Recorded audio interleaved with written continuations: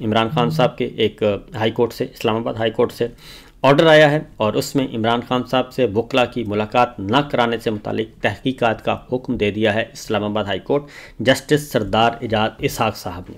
ये उन्होंने कल मिशाल यूसुफजई की दरख्वास्त थी, आज उसका तहरीरी ऑर्डर आया है और उन्होंने कहा है कि तहकीकात करके रिपोर्ट सबमिट की जाए। और उन्होंने एक हाई कोर्ट की लॉ क्लर्क जो हैं उनको इस काम के लिए मुतय्यन किया है, ड्यूटी दी है। दूसरी जानिब एक और जो इम्पोर्टेड जज थे PCO के तहत जो जज आए हैं, यानी कि गैर आइनी तरमीम के नतीजे में, उन्होंने PTI रहनुमाओं की बानी इमरान खान से मुलाकात की मुलाकात की दरख्वास्त मुस्तरद कर दी है। और उसमें उन्होंने कहा है कि ये जो मुलाकात करने वाले जाते हैं लोग, ये SOPs का ख्याल नहीं रखते और इसलिए इनको SOPs का ख्याल रखना चाहिए और लिहाजा जो मुलाकातें इनसे नहीं करवाई जा रही तो जेल सुपरिटेंडेंट बिल्कुल दुरुस्त कर रहे हैं। और ये है PCO और एक इंडिपेंडेंट जज के फैसलों का फ़र्क। दूसरी जानिब जस्टिस सरदार एजाज इसहाक साहब वो तहकीकात का हुक्म दे रहे हैं कि जो इस्लामाबाद हाई कोर्ट के ऑर्डर थे उसके अकॉर्डिंगली इनकी मुलाकातें नहीं करवाई जा रही। तो दूसरी जानिब दूसरे जज साहब हैं वो उन्होंने दरख्वास्तें ही मुस्तरद कर दी। तो अब आते हैं जी आगे। रावलपिंडी 9 मई के 13 मुकदमात की इंसदाद दहशतगर्दी अदालत की आज समाअत थी और इसमें शेख रशीद साहब थे और उस्मान डार साहब थे और बाकी तमाम रहनुमा जो हैं जितने भी थे उनकी दरख्वास्त थी। और 9 मई के 13 मुकदमात की दरख्वास्त 12 अप्रैल तक बग़ैर किसी समाअत के मुलतवी कर दी गई। इसी तरीके से बुशरा बीबी की अबूरी ज़मानत की दरख्वास्तें थीं 26 नवंबर के सिलसिले में, तो 15 अप्रैल तक उनकी अबूरी ज़मानतों में तौसी कर दी गई है। एडिशनल सेशन आमर ज़िया साहब थे और इस तरीके से उन्होंने तफ्तीशी को बुशरा बीबी को शामिल तफ्तीश करने की हिदायत की जाए, वकील ने कहा। और थाना रौना और दीगर मुकदमात दर्ज हैं। तो आज ये भी एक मुकदमा था। और इसके साथ साथ जी अब आगे बढ़ते हैं कुछ और ख़बरों की तरफ, और वो हैं ख़ास तौर पे जाफ़र एक्सप्रेस के नतीजे में जो कुछ हुआ।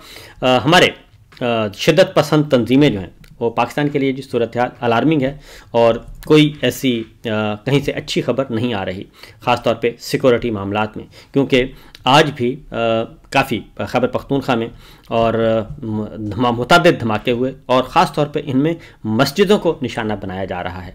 ये एक अजीब व गरीब किस्म का ट्रेंड है कि अरमड़ में मस्जिद की दीवार के करीब धमाका हुआ और दीगर इलाकों में भी मस्जिदों को निशाना बनाया जा रहा है और इसको हिट किया जा रहा है। बहरहाल आने वाले दिनों में इसके बारे में बहुत सारी खबरें आ जाएंगी।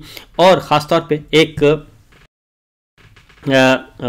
ख़बर चल रही है जी, वो बहुत ही है और उसमें जो बात बताई जा रही है कि पेशावर के नवाही इलाके अरमड़ में मदरसे में धमाके के नतीजे में मुफ्ती मुनीर शाकिर शहीद हो गए हैं। और मुफ्ती मुनीर शाकिर कौन थे?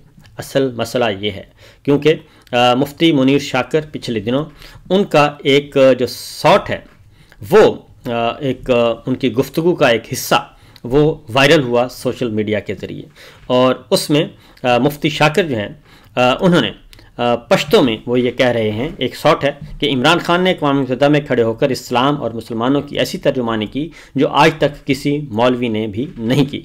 कुछ देर पहले मुफ्ती शाकिर के मदरसे में ये धमाका हुआ, यानी कि जब खबर जारी हुई तो उसमें वो शदीद ज़ख्मी हुए थे, लेकिन उसके बाद इत्तला है कि वो जाँ भाग हो गए हैं। और इसके साथ साथ मुफ्ती शाकिर जो हैं उन्होंने ख़ास तौर पर DGISPR ने जो एक गुफ्तगू की थी कि एक सवाल हुआ था उनको एक तालिब इल्म का, तो उन्हें कहा गया था कि जनाब ये जो सिलसिला है आपको ये वसाइल जो हैं कुदरती वसाइल मादनियात ये उन पे हक़ है खैबर पख्तूनख्वा का और वहाँ के अवाम का।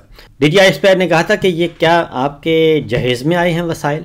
ये सारे के सारे वसाइल जो हैं ये पाकिस्तान के, ये रियासत के हैं और इस पे रियासत का जो है वो हक़ हासिल है और आप कौन होते हैं ये सवाल करने वाले? ये सवाल किया था।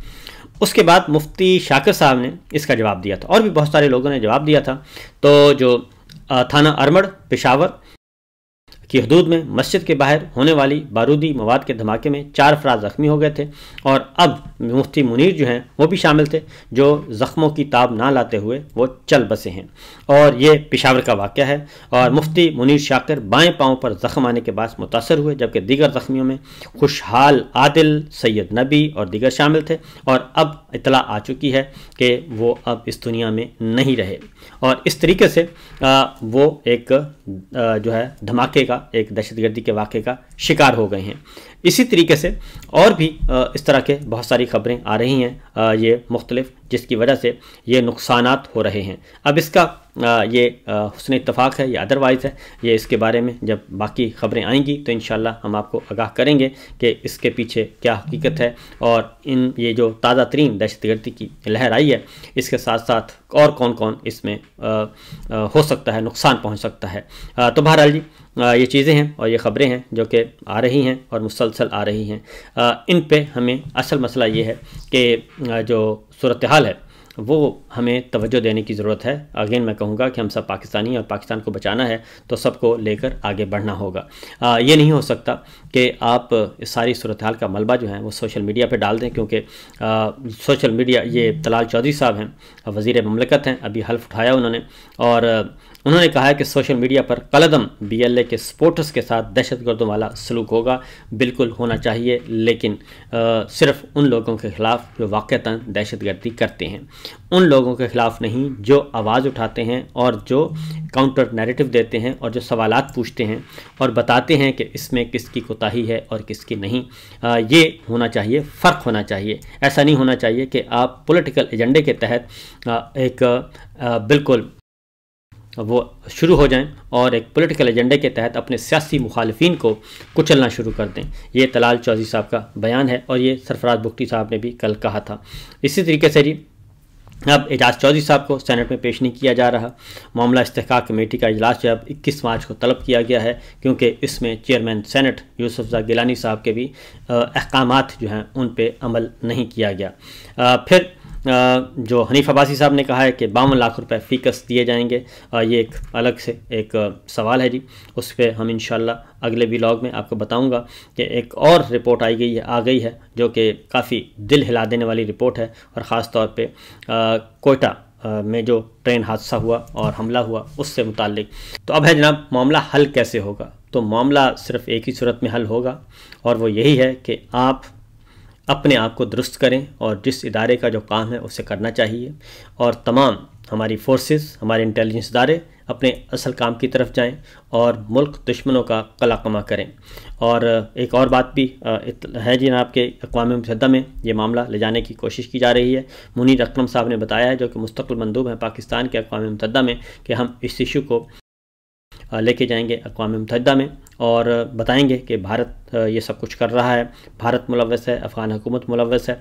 बिल्कुल ले जाना चाहिए, लेकिन इन मामलात को ले जाने से पहले हमें अपनी सरहदों की हिफाजत भी ख़ुद करना है, हमारे इदारों ने करनी है और वो तभी होगी कि अब पॉलिटिकल एजेंडा छोड़ दिया जाए और तमाम इदारे वापस जाएं और अपना काम शुरू करें, जिन वो काम है इंटेलिजेंस इदारों को दुश्मनों के लिए, दुश्मनों का कला कम करने के लिए लगाया जाए, ना कि ये कि वो पाकिस्तान तहरीक इंसाफ के पीछे डाल दिया जाए, अपोजिशन के पीछे डाल दिया जाए, अपोजिशन की सरगर्मियों पे नज़र रखी जाए।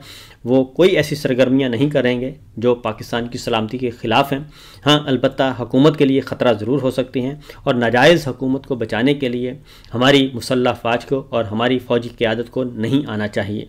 वो अगर फ़ौजी क़यादत इस मसले पर आती रहेगी तो वो भी हदफ़े तनक़ीद रहेगी।